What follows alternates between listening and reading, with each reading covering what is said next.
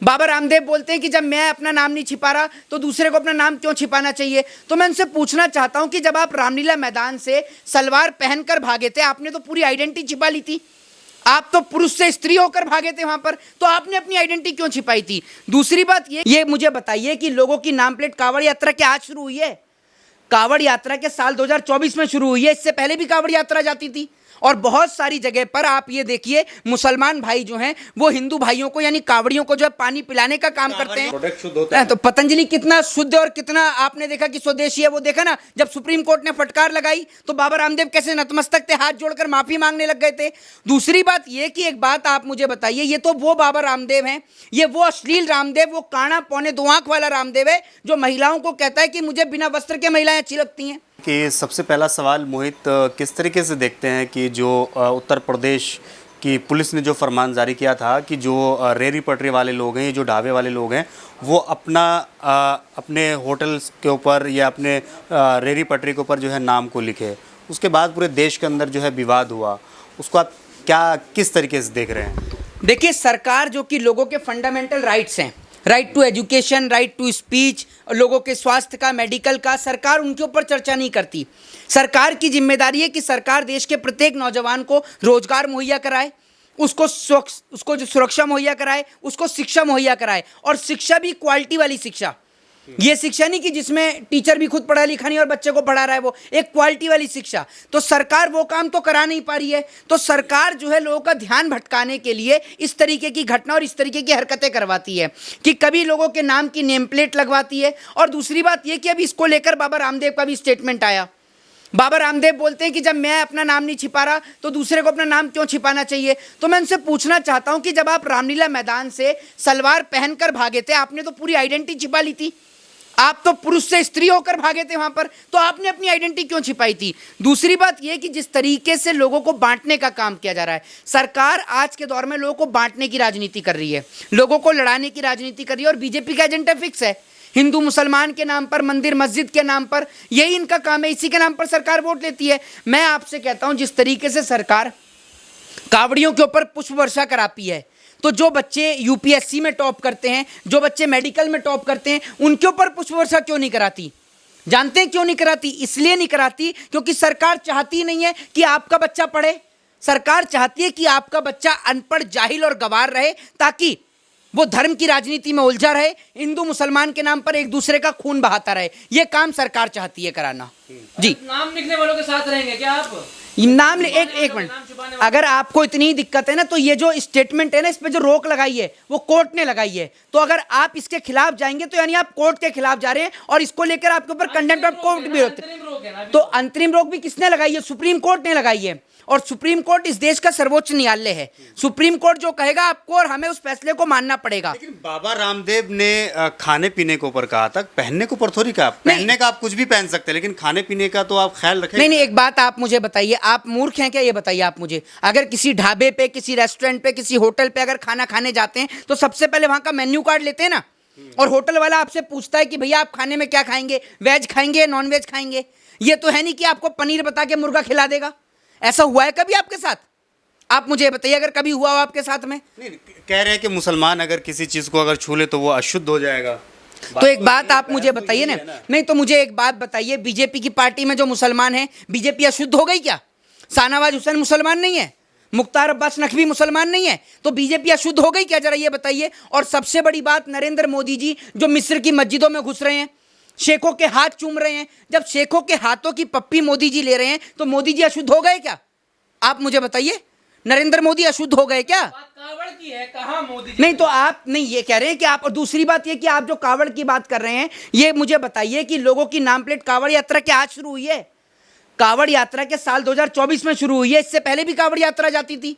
और बहुत सारी जगह पर आप ये देखिए, मुसलमान भाई जो हैं वो हिंदू भाइयों को यानी कावड़ियों को जो है पानी पिलाने का काम करते हैं। का खान पान वैसा खाने का अधिकार है जिस तरीके से रामदेव बाबा का जो है पतंजलि शुद्ध होता है, उनका प्रोडक्ट शुद्ध होता है। तो पतंजलि कितना शुद्ध और कितना आपने देखा कि स्वदेशी है, वो देखा ना। जब सुप्रीम कोर्ट ने फटकार लगाई तो बाबा रामदेव कैसे नतमस्तक थे, हाथ जोड़कर माफी मांगने लग गए थे।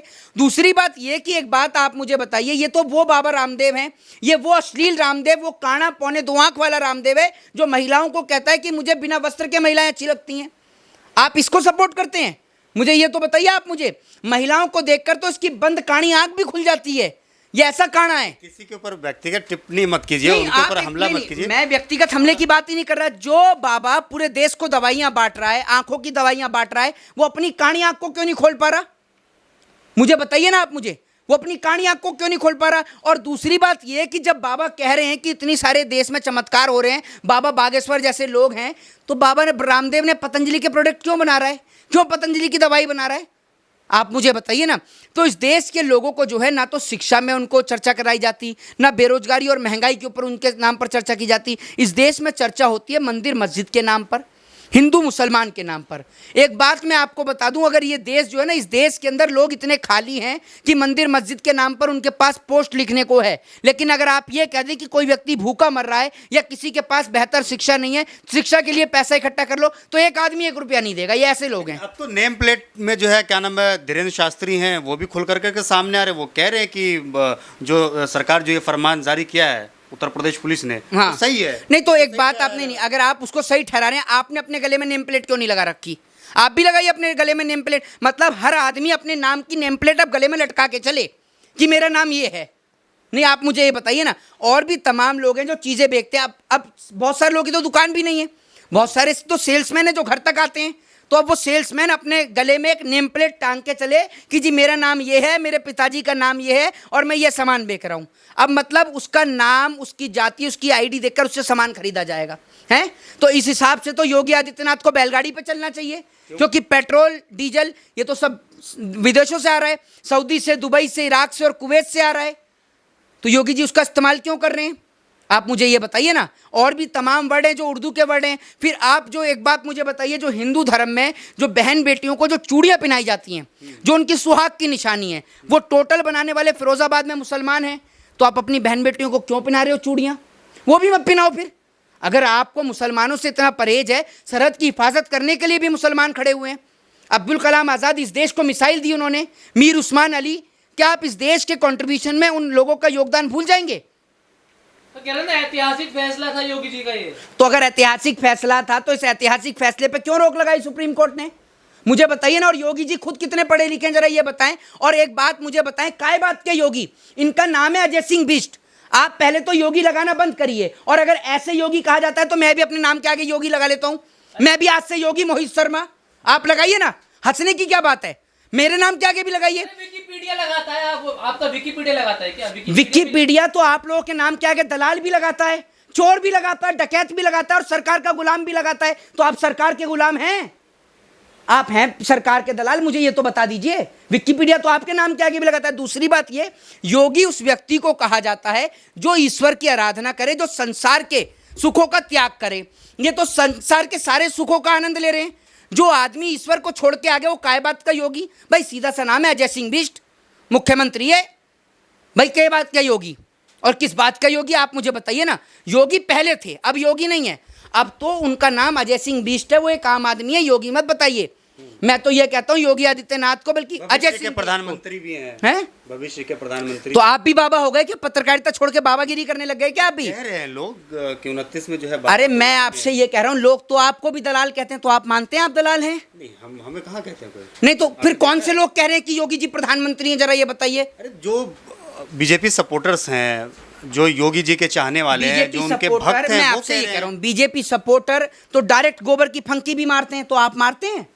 बीजेपी सपोर्टर तो बिना फिल्टर करे गौमूत्र भी पीते हैं, तो आप पीते हैं? बीजेपी सपोर्टर तो ऐसे है कि बीजेपी सपोर्टर से समझदार गाय का बछड़ा है। गाय का बछड़ा गाय का दूध पीता है और ये गाय का गौमूत्र पीते हैं। बताइए ना आप मुझे। तो गौमूत्र में तो कहते हैं कि उसके अंदर कई गुण पाए जाते हैं। तो कई गुण अगर बीमारियों का इलाज है उसमें। अरे तो सबसे बड़ा इलाज तो आप लोग अपने दिमाग का कराइए। आप क्यों नहीं पीते गौमूत्र? आप भी पीजिए, 2-3 लीटर सुबह शाम पीजिए। आपके दिमाग की नसें खुलनी बेहद जरूरी हैं। इन दिमागों की नसों पे जो आपके पे पानी चढ़ गया है ना भक्ति का, ये पानी ऐसे ही उतरेगा। और एक बात आप मुझे बताइए, अगर इतना प्रोटीन उसके अंदर होता है तो एक गाय का बछड़ा गौमूत्र क्यों नहीं पीता?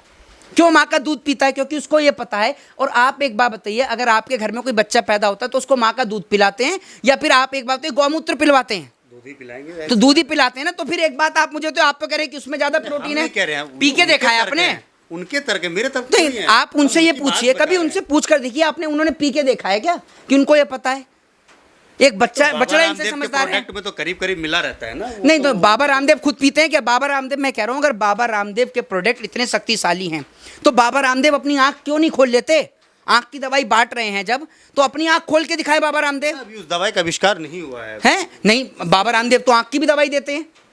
बताइए ना आप मुझे, तो जो आदमी खुद काना है वो लोगों को आंख खोलनी सिखा रहा है, अब आप बताइए। चलिए आखिरी सवाल लेना चाहेंगे मोहित शर्मा। अभी कई वीडियो जो है सोशल मीडिया पे काफ़ी ज़्यादा जो है वायरल हो रही है, जिसमें ये देखा गया है कि जो कांवर हैं, जो कांवर लेकर के चल रहे हैं, उन्होंने कई जगह पे जो है तोड़फोड़ मचाया है। अभी एक रिक्शा तोड़ते हुए देखा था, उसके बाद जो है एक पेट्रोल पंप पे जो है ढाबा पे, पेट्रोल पंप पे अभी जो है आम खा करके गुटली फेंक रहे थे, तो जो वहाँ पे कर्मचारी थे काम करने वाले, उन्होंने मना किया कि आप यहाँ पे गुटली ना फेंकें। उसके बाद जो है उनको बुरी तरीके से मारा गया और वो हॉस्पिटल में अभी जो है एडमिट है। तो क्या लग रहा है कि ये लोग इस तरीके से उत्पात क्यों मचा रहे हैं? देखिए, पहली बात तो मैं आपको बता दूं, ये कावड़िए नहीं है, क्योंकि कावड़िए में सभी लोग सम्मिलित हो जाते हैं, ये उपद्रवी लोग हैं। क्योंकि बहुत सारे लोग ऐसे भी हैं जो ईश्वर की आराधना करते हैं, भक्ति करते हैं और शांतिपूर्ण तरीके से बिना किसी को क्षति पहुंचाए वो लोग कावड़ लेकर चुपचाप अपने घर तक आते हैं। तो बहुत सारे लोग ऐसे भी हैं। ये लोग, कुछ लोग ऐसे होते हैं जो उपद्रव मचाने का काम करते हैं, और सरकार को इन उपद्रवियों के ऊपर मुकदमा दर्ज करना चाहिए। और जिस तरीके से सरकार औरों के घर पर बुलडोजर चलाती है, इनके घर पर भी बुलडोजर चलाना चाहिए। सरकार तो फुल बरसाती है ना, हैं? अभी हेलीकॉप्टर को फुल सरकार तो कावड़ियों के ऊपर पुल बरसा रही है ना। मैं ये कह रहा हूं उपद्रवियों को जेल में डालना चाहिए। भाई कावड़ी तो बहुत सारे हैं, अब सारे लोग तो उपद्रव नहीं मचा रहे ना, तो जो उपद्रव मचा रहा है उसको जेल में डालना चाहिए और उसके ऊपर मुकदमा भी दर्ज करना चाहिए। चलिए बहुत बहुत शुक्रिया।